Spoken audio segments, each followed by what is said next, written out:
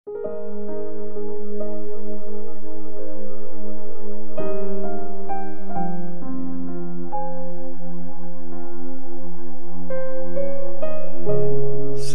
140. Lord, pigilan mo ang masasama. Kinompose ni David para kantahin ng song leader. O Lord, iligtas mo ako sa masasama. Ingatan mo ako sa mga bayolenteng tao. Masasamang plano ang iniisip nila. Sila ang laging pasimuno ng mga away. Matalas ang dila nila, parang dila ng ahas, parang kamandag ng kobra ang salita nila.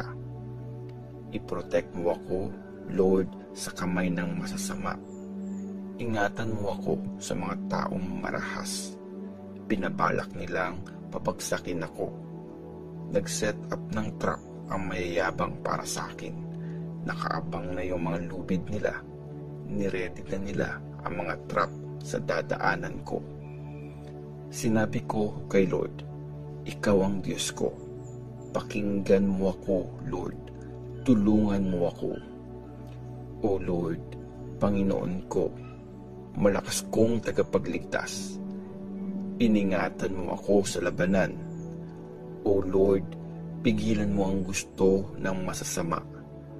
Huwag sanang mangyari mga plano nila. Pigilan mong manalo ang mga kaaway ko.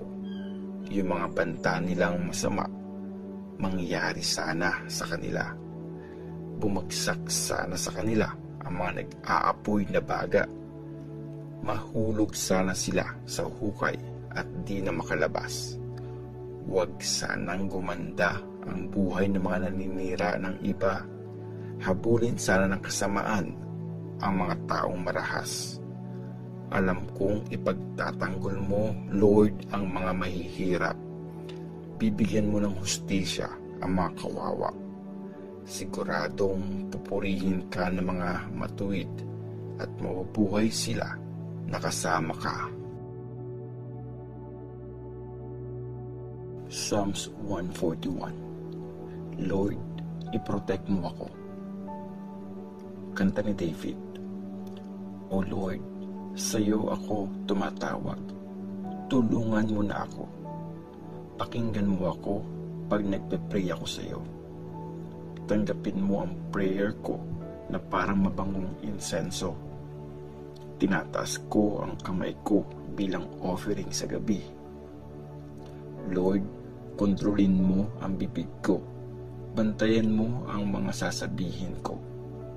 Huwag mong hayaang gustuhin ko ang masama o ubusin ang oras ko sa mga maling gawa o ang makijoin sa mga gumagawa ng mali.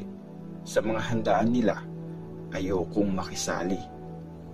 Okay lang na parusahan ako ng mabuting tao at sawayin ako dahil concerned siya sa akin. Pero di ako papayag na i-honor ako ng masasama kasi lagi ako nagpe-pray laban sa kasamaan nila. Pag hinulog na ang mga leaders nila sa bangin na mabato, marirealize nila na totoo ang salita ni Lord. Kung paano nagkapira-piraso ang kahoy na sinibak, ganun din ang buto nila, ikakalat malapit sa libingan. Pero tiwala ako sa iyo, Lord God. Sa iyo ako humihingi ng protection. Huwag mo akong pabayaang mamatay. I-save mo ako sa mga trap na sinet nila para sa akin, sa patibong na ginawa ng masasamang tao. Mahulog sana ang masasama sa sarili nilang mga trap habang ako ligtas na tumatakas. Psalms 142. Si Lord ang tutulong. Tula ni David, prayer niya nung nasa kuweba siya. Tumatawag ako kay Lord, humihingi ng tulong.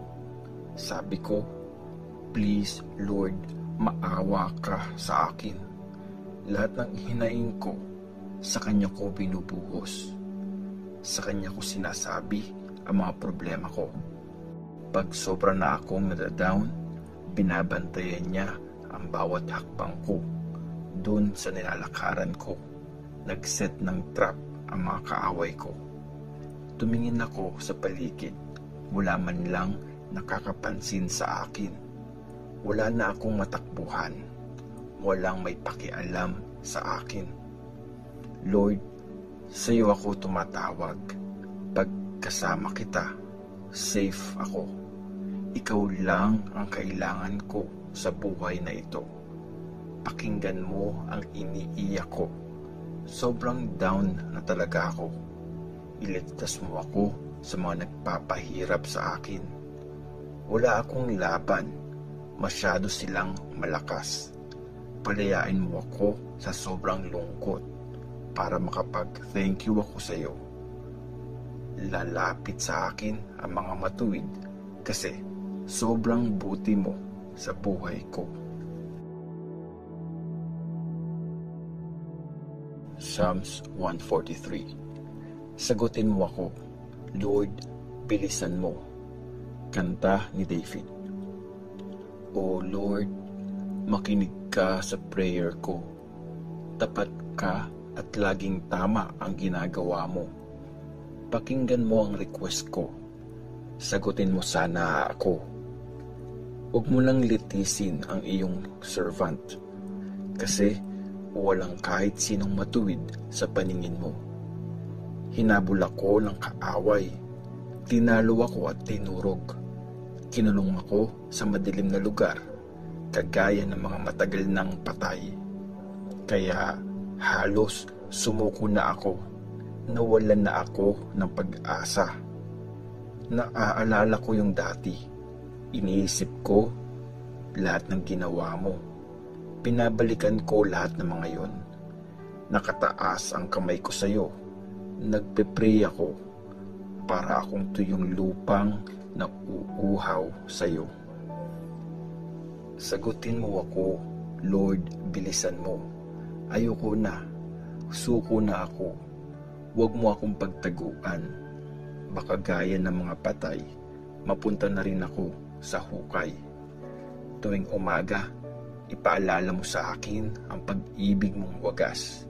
Kasi sa iyo ako nagtitiwala. Ituro mo sa akin ang dapat kong gawin. Sa iyo ko pinagkakatiwala ang buhay ko. Iligtas mo ako, Lord, sa mga kaaway ko.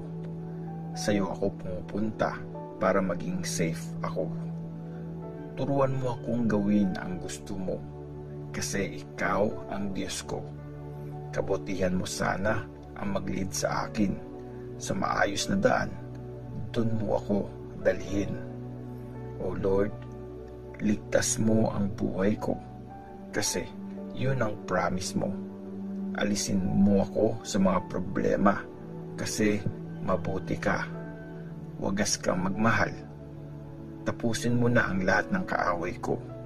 Wasakin mo lahat ng umaapi sa akin, kasi nagsaserve ako sa iyo.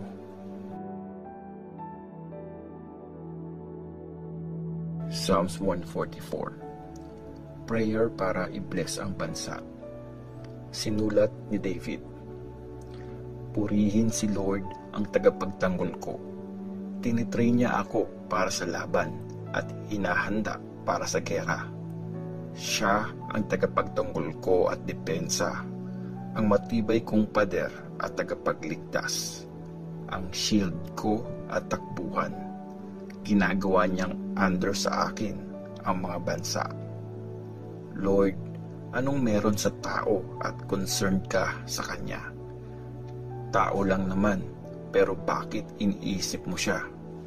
Ang buhay ng tao parang hininga. Ang mga araw niya parang aninong nawawala.